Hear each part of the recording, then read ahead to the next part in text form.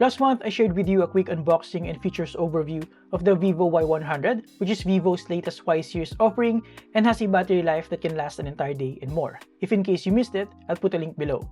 Now, in today's video, we have another smartphone from Vivo that not only can last an entire day, but also is one of the best in its price segment when it comes to portrait photography. This is actually Vivo's most affordable Aura Portrait Master 3.0 smartphone, maintaining the Aura Light 3.0 of the V30 series. I'm talking about the Vivo V30e 5G. To be honest, I was blown away by how good the portrait shots coming from this smartphone. Just look at these sample photos. The exposure is on point, the details are substantial, and the background separation is very natural. But I'm getting ahead of myself, so let me share with you a quick rundown of what the Vivo V30e has to offer. Let's get into it. As usual, honest disclaimer, and like what we did with the Vivo Y100, this is also in partnership with Vivo to showcase the features of this more affordable variant from the Vivo V30 series. So this will not be a full review, but rest assured that I'll give you a substantial amount of sample shots and performance benchmarks later so that you can have a better understanding of how capable this smartphone is. But before that, let's go ahead and do a quick unboxing experience. The Vivo V30e came in a nice black box with its key features at the back. As you can tell, what I have here is the cocoa brown variant, which I must say looks quite premium for its price. Inside the box, we have the Vivo V30e itself and its plastic platform, then a couple of paperwork, a free jelly case, the 44 watts flash charge power brick, the charging cable, and a SIM ejector pin. At first look and touch, what stands out to me the most is its curved design, featuring a curved display and a curved back. This is actually the first 3D curved screen in Vivo's V series smartphones. A lot of curved. It is also relatively thin with a thickness of only around 7.65mm.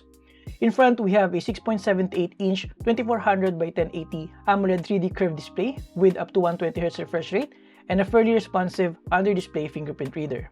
The screen can also get substantially bright, up to 1300 nits peak brightness. Watching videos and movies on this display is quite an experience. As you can tell, thanks to its AMOLED panel, the blacks are as dark as you could ever want. The contrast is super deep with substantial details and clarity, and the colors are vibrant and with outstanding viewing angles. In front, we also have the 32-megapixel selfie camera, the subtle earpiece, and a pre-applied screen protector. On the left side, we don't have anything here, but as you can tell, we have a glossy curved frame. On the other side, we have the power button and the volume rocker. Up top, we just have the secondary microphone, and then at the bottom, we have the SIM card tray with the shared microSD card slot up to 1TB. We also have the primary microphone, the USB Type-C port, and the single downward firing speaker. Speaking of the speaker, you can crank the volume up above the normal 100% level up to a whopping 200% volume. Here's a quick sound test for you guys. This month, Vivo announced that the latest addition to their Y series lineup, the Vivo Y100, is finally coming here in the Philippines. And with that, we got an opportunity to get a sample for me to share with you an unboxing and features overview.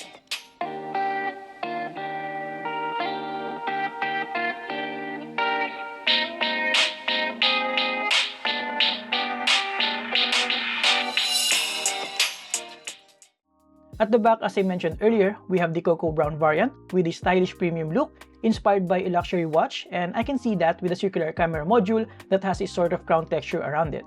We also have a two-textured finish here with a textured matte finish on the left and a patterned glossy finish on the right. Now, in terms of the camera system, this is where the Vivo V30e shines the most, especially for its price. Granted, it only has two cameras here at the back, with a 50-megapixel main camera and an 8-megapixel ultra-wide-angle camera.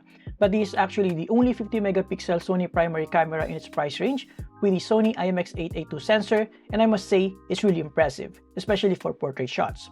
Here, let me share with you some sample shots. Let's start with outdoor shots using natural light.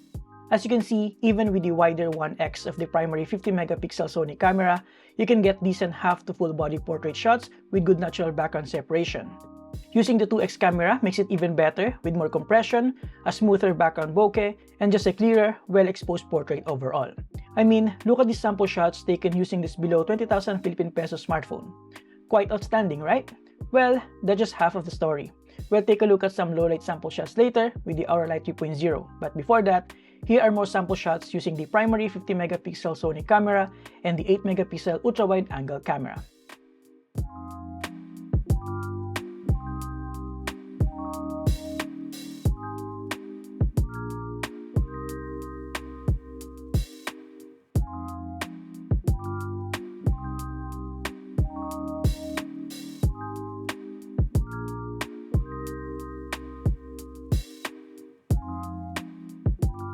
The 32-megapixel selfie camera is also fairly decent and can produce some pleasing selfie portrait shots with good contrast and details. You can even take advantage of some nifty filters that can alter your face and make it more interesting to say the least.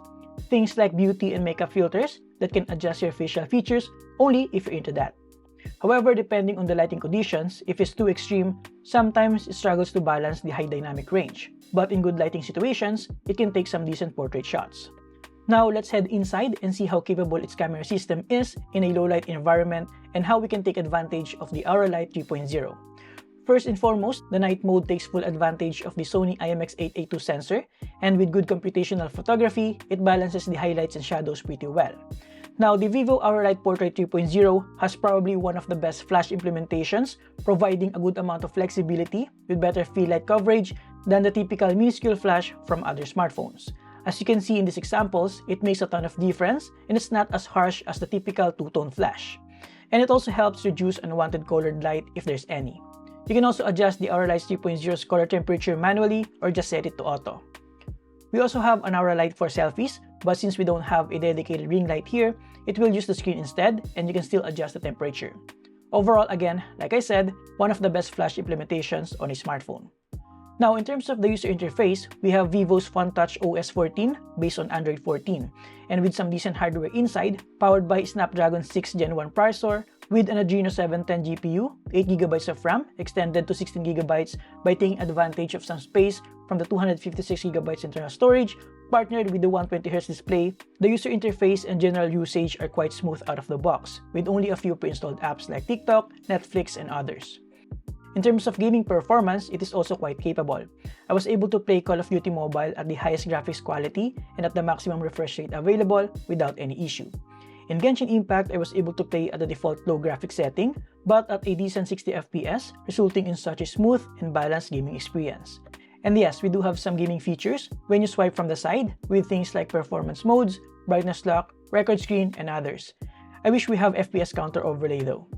Real Racing 3 is also very smooth here, with no noticeable stutters or frame drops.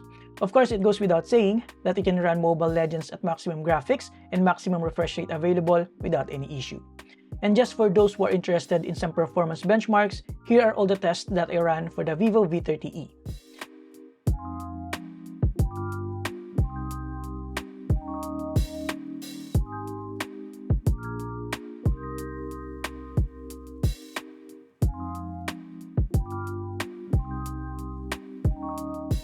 And last but not the least, in terms of battery life, I mentioned earlier that like the Vivo Y100, the Vivo V30e can also last you an entire day. And you know what?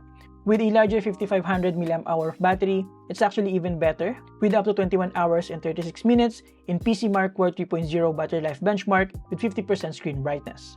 And with the 44 watts flash charge, I was able to charge it from 10% to 100% in around 1 hour and 20 minutes. So yeah, battery endurance is definitely one of the strong points of the Vivo V30e, aside from its outstanding portrait capabilities. And there you have it guys, I hope you get some valuable info about the Vivo V30e from this quick unboxing and features overview. Again, this video is in partnership with Vivo, so this is not a full review. I'm always transparent to you about that. If you're interested in getting this is already available for only around 17,999 Philippine pesos, and I'll put some links below so that you can check it out. Again, in case you missed my video about the Vivo Y100, you can watch it by clicking this. Thank you for watching, subscribe if you like this video, and see you next time. Have a great day guys, you're awesome.